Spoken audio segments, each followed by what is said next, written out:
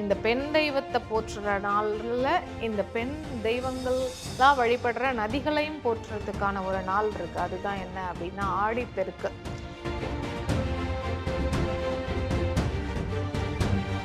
சிலப்பதிகாரத்துல 18ஆம் நூற்றாண்டுல ஆடிப்பெருக்கு எப்படி கொண்டாடினாங்க அப்படின்னு கொடுத்துருக்கு. அது மட்டும் இல்லாம பொன்னியின் செல்வன் இதுல முதல் பகுதி எடுத்துக்கிட்டிங்கன்னா ஆடிப்பெருக்கை பத்தி தான் அவ்வளோ பிரம்மாண்டமா சொல்லியிருப்பாங்க. ஏன்னா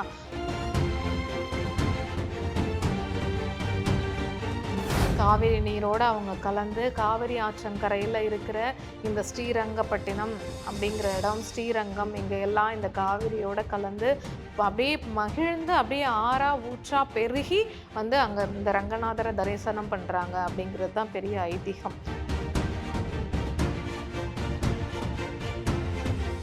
அந்த ஆடி 18 அன்னைக்கு புடவை, தாலி, கருகமணி, இந்த கருப்பு மணி, பழம், வெற்றிலைப்பாக்கு, பிரசாதமாக அவங்க நைவேத்தியமாக செய்கிற சமையல் எல்லாமே அந்த ஆற்றில் விட்டு அவ்வளோ மகிழ்ச்சி அடைகிறாங்களாம்.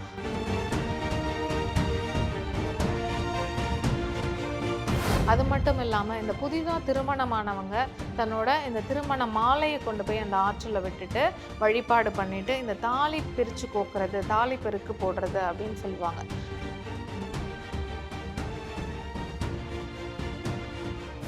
ஜோதிடத்தின் பரிணாம வளர்ச்சி ஏஎல்பி ஜோதிடம். ஏஎல்பியில படிங்க, உங்க வாழ்க்கை உங்க கையில. அனைவருக்கும் வணக்கம்.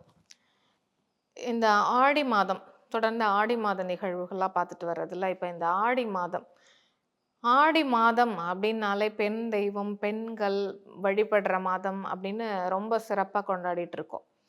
நம்ம நாட்டில் பார்த்தீங்கன்னா இந்த நதிகளோட பெயரெல்லாம் பாருங்க, எல்லாமே பெண்களை போற்றுற வகையில தான் இந்த நதிகளுக்கும் பெயர் இருக்கும்.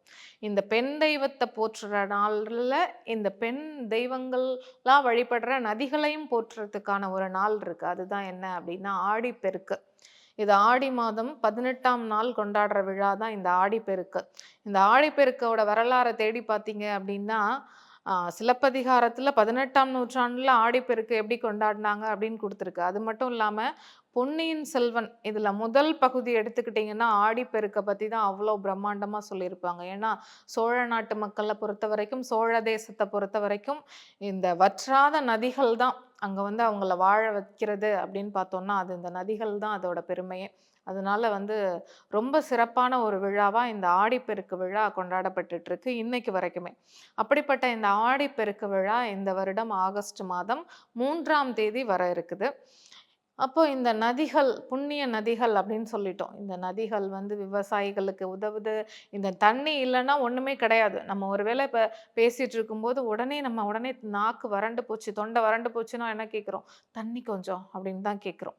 அந்த அளவுக்கு இந்த நீரோட முக்கியத்துவம் இருக்கு. அப்படி நீருக்கு நன்றி செலுத்துற வகையிலையும், அந்த நீரை போற்றி வணங்குறதுக்கு ஒரு நாளாவும் நம்மளுக்காக கொடுக்கப்பட்டிருக்க ஒரு நாள் தான் இந்த ஆடிப்பெருக்கு அப்படிங்கிறது. இந்த ஆடிப்பெருக்கு அப்ப எல்லாருக்குமே ஒரு வரலாறு இருக்கு. அப்ப ஆடிப்பெருக்குக்கும் இருக்கும் இல்லையா? இப்ப என்ன நடக்குதுன்னா, அந்த கங்கை நதி வந்து ரொம்ப சோகமா உட்கார்ந்துட்டு இருக்காங்க. இது என்னடா அது? கிருஷ்ணர் பார்க்குறாரு, பகவான் கிருஷ்ணர் பார்க்குறாரு. என்ன அப்படியே பார்த்துட்டு வர்றாரு.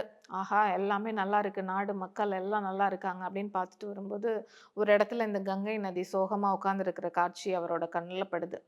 உடனே வந்து கேட்குறாரு, "ஏம்மா நீ மட்டும் சோகமா இருக்க? எல்லாம் எவ்வளோ செல்வ செழிப்போட எல்லாரையும் வாழ வைக்கிற நீ, விவசாயம்லாம் தழைச்சு ஓங்குது. எங்க பார்த்தாலும் பச்சை பசேல்னு கண்ணுக்கு தெரியுதுன்னா உன்னோடது தான்.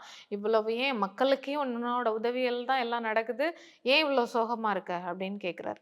அதுக்கு கங்கை தேவி சொல்றாங்க, கிருஷ்ணர் பகவானே, என்னதான் நாங்க எல்லாம் குடுத்தாலும், கடைசியா பாருங்க மக்கள் வந்து அவங்களோட பாவத்த தொலைக்கிறதுக்கு என்னோட நதியில தானே வந்து குளிக்கிறாங்க.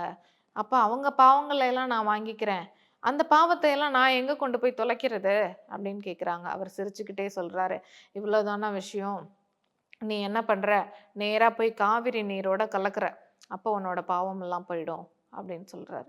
"நிஜமாவா சொல்றீங்க?" அப்படின்னோன்னே, "ஆமா நீ போ" அப்படின்னு சொன்னோன்னே, கிருஷ்ணர்கிட்ட ஆசீர்வாதம் வாங்கிட்டு இந்த கங்காதேவி என்ன பண்றாங்கன்னா, காவிரி நீரோட கலக்க ஆரம்பிக்கிறாங்க. அவங்களோட பாவம்லாம் தொலைஞ்சு போயிடுது. உடனே கிருஷ்ணருக்கு நன்றி செலுத்துறாங்க மனசார. "பகவானே, உங்களால மட்டும்தான் இதெல்லாம் சாத்தியம். இதெல்லாம் நடக்குது" அப்படின்னு சொல்றாங்க. "என்னோட நன்றிய காட்டுறதுக்கு நான் வருடம் தோறும் இந்த நாள்ல காவிரியோட கலந்து நீ எங்கெல்லாம் இருக்கியோ இந்த காவிரி கரையோரமா நீ எங்கெல்லாம் வந்து பள்ளி கொண்டிருக்கியோ, எங்கெல்லாம் உனக்கு கோவில் இருக்கோ, நான் உன்னை வழிபடுறதுக்காக அந்த பக்கமா பாஞ்சு ஓடி வருவேன் அப்படின்னு சொல்றாங்க இந்த கங்கை நதி. அப்படி வந்த நாள் தான் இந்த ஆடிப்பெருக்கு. அது மாதிரியே காவிரி நீரோட அவங்க கலந்து காவிரி ஆற்றங்கரையில இருக்கிற இந்த ஸ்ரீரங்கப்பட்டினம் அப்படிங்கிற இடம், ஸ்ரீரங்கம் இங்க எல்லாம் இந்த காவிரியோட கலந்து அப்படியே மகிழ்ந்து அப்படியே ஆறா ஊற்றா பெருகி வந்து அங்க இந்த ரங்கநாதரை தரிசனம் பண்றாங்க அப்படிங்கிறது தான் பெரிய ஐதீகம். அப்படிப்பட்ட நாள்ல நம்ம அந்த ஆற்றங்கரையில போய் வழிபாடு பண்றோம் அப்படின்னா அந்த ரங்கநாதரோட அருள் நம்மளுக்கும் கிடைக்கும் அப்படிங்கிறதும் ஒரு பெரிய ஐதீகம். இது மட்டும் இல்லாம இந்த ஸ்ரீரங்கத்துல ரங்கநாதன் அன்னைக்கு இந்த ஆடிப்பெருக்குன்னு சொல்ற நாள் அன்னைக்கு அந்த ஆற்றங்கரைக்கு வர்றாரு.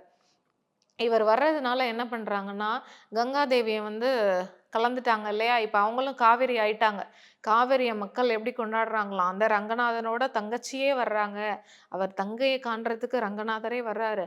அப்ப அவரோட தங்கைக்கு நம்ம சிறப்பு செய்யணும் அப்படின்னு சொல்லி, அந்த ஆடி 18 அன்னைக்கு புடவை, தாலி, கருகமணி, இந்த கருப்பு மணி, பழம், வெற்றிலைப்பாக்கு, பிரசாதமா அவங்க நைவேத்தியமா செய்ற சமையல் எல்லாமே அந்த ஆற்றுல விட்டு அவ்வளோ மகிழ்ச்சி அடைகிறாங்களாம்.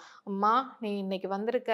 நீ இந்த வருடம் முழுவதும் எங்களோட செல்வ வளம் மட்டும் இல்லாம, நாங்க வந்து வாழ்க்கையில உயர்றதுக்கு எங்களுக்கு எல்லா வகையிலயும் நீ தான் உதவி செய்ற. எங்களோட விவசாயமா இருக்கட்டும், குடிநீரா இருக்கட்டும், எங்களோட எல்லா உதவிக்கு எல்லா தேவைக்கும் நீ வந்து எங்களுக்கு இந்த நீர் மூலமா உதவி செய்ற. உங்களுக்கு நாங்க நன்றி சொல்ல கடமைப்பட்டிருக்கோம்." அப்படின்னு சொல்லி மக்கள் வந்து அந்த காவிரி தாய விழுந்து வணங்குவாங்க. அது மட்டும் இல்லாம இந்த புதிதா திருமணமானவங்க தன்னோட இந்த திருமண மாலைய கொண்டு போய் அந்த ஆற்றுல விட்டுட்டு வழிபாடு பண்ணிட்டு இந்த தாலி பிரிச்சு கோக்குறது, தாலி பெருக்கு போடுறது அப்படின்னு சொல்லுவாங்க. அந்த விஷயங்களையும் அந்த ஆற்றங்கரையில படித்துறைகள்ல பண்ணிட்டு வர்ற வழக்கம் இன்னைக்கும் உண்டு. அது மட்டும் இல்லாம பெண்கள் தன்னோட தாலிக்கு சரட, தாலி கயிற மாற்றிக்கிற பழக்கமும் உண்டு. இந்த ஆடிப்பெருக்கு அன்னைக்கு போய் பார்த்தோம் அப்படின்னா, ஸ்ரீரங்கம், திருச்சி, தஞ்சாவூர், கும்பகோணம் பகுதிகள்ல இந்த ஆற்று படித்துறைகள்ல இந்த வழக்கம் மாறாமல் இன்றைக்கும் நடைபெற்று வருது. அப்படிப்பட்ட இந்த ஆடிப்பெருக்குனால நம்மளும் கொண்டாடணும். சரி, இப்ப ஆற்று ஓரத்துல இல்ல மக்கள். அப்ப என்ன பண்ணுவாங்க? கிராமப்புறத்துல இருக்கவங்கலாம் பார்த்தோம்னா, கிணறு இருக்கும் இல்லையா?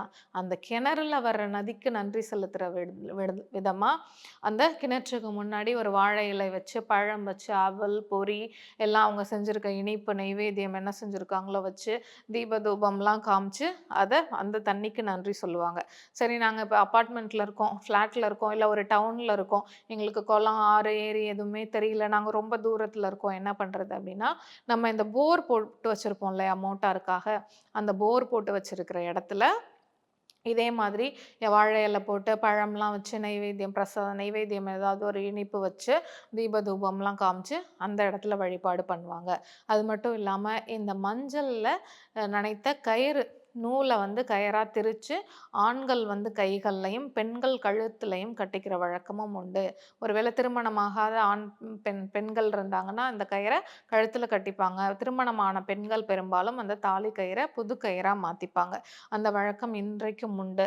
இந்த எப்படி இந்த நதி பெருகி ஓடுதோ, அதே மாதிரி அவங்களோட வாழ்க்கையிலயும் இன்பம், சந்தோஷம், எல்லா வகையான செல்வமும் பெருகி வரும் அப்படிங்கிறதுக்காக தான் இந்த ஆடிப்பெருக்கு நாள்ல இந்த தாலி பெருக்கு அப்படிங்கிற ஒரு விஷயமும் இன்று வரைக்கும் பண்ணிட்டு இருக்காங்க. அப்படிப்பட்ட இந்த ஆடிப்பெருக்கு வரக்கூடிய நாளான ஆகஸ்ட் 3ஆம் தேதி அன்றைக்கு இந்த பெண்கள் மட்டும் இல்லாம இந்த உலகத்துல இருக்கிற மக்கள் எல்லாரோட வாழ்க்கையிலையும் எல்லா விதமான செல்வமும் கிடைத்த அனைவரோட வாழ்க்கையும் மகிழ்ச்சி பொங்கி பெருகணும் அப்படின்னு சொல்லி நானும் இந்த ஆடிப்பெருக்கு நாள் அன்னைக்கு அந்த கிருஷ்ண பகவான் கிட்ட, அந்த ரங்கநாத பெருமான் கிட்ட வேண்டிக்கிறேன். உங்கள் அனைவருக்குமே அவரோட ஆசீர்வாதம் எப்பவுமே கிடைக்கட்டும் அப்படின்னு கேட்டுக்கிறேன். நன்றி, வணக்கம். சித்தர் பூமி